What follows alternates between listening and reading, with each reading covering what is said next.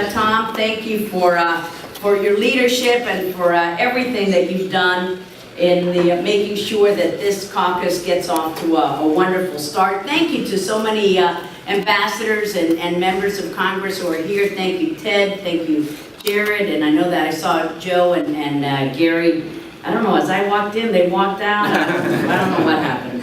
But I'm honored to be here along with my wonderful partner, Javier Becerra, to launch this Latino-Jewish Congressional Caucus. And Javier and I have worked together on trying to establish a Latino museum. And one day, it's going to happen.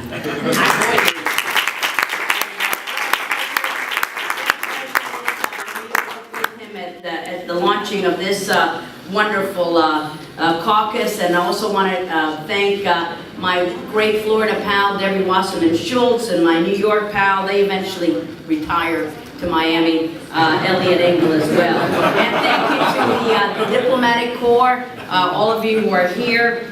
This launching symbolizes the close ties which exist already between the Hispanic and the Jewish communities, and they're not mutually exclusive, so I feel kind of funny about saying that, but I'm confident that the Latino-Jewish Congressional Caucus will help to bring even closer relationships and bonds of friendship between our two communities and highlight the shared foreign policy priorities.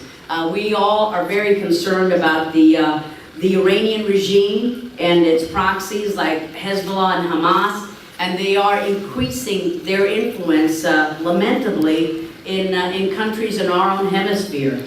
These developments are negative for the U.S., they're negative for Israel, they're negative for freedom-loving people who live in Latin American countries.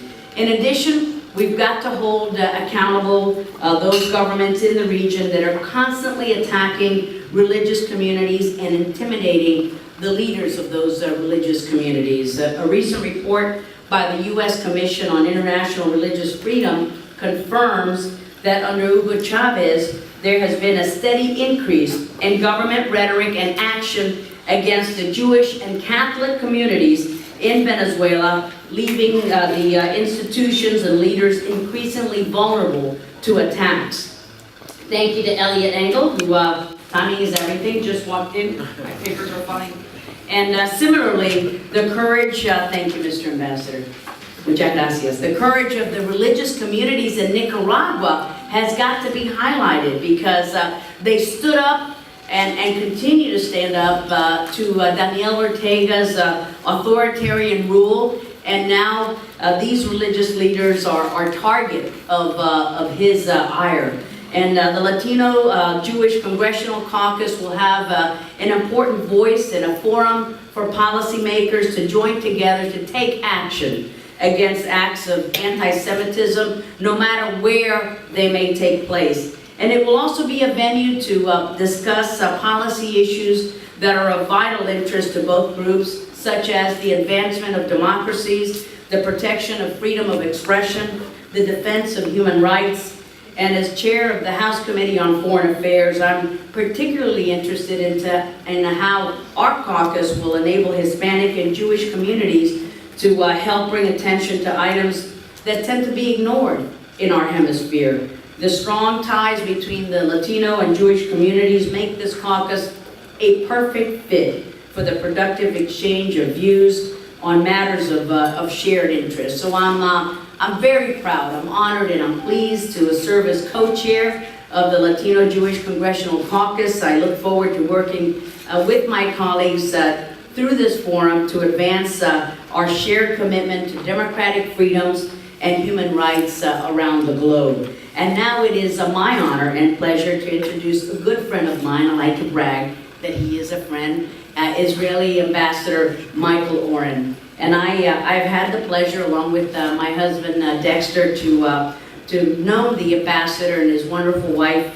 Sally and their three incredibly gifted children. Throughout his career, Michael has demonstrated his steadfast commitment and dedication to the U.S.-Israeli alliance, and he continues to do this each and every day as he serves with distinction as the Israeli ambassador to the U.S.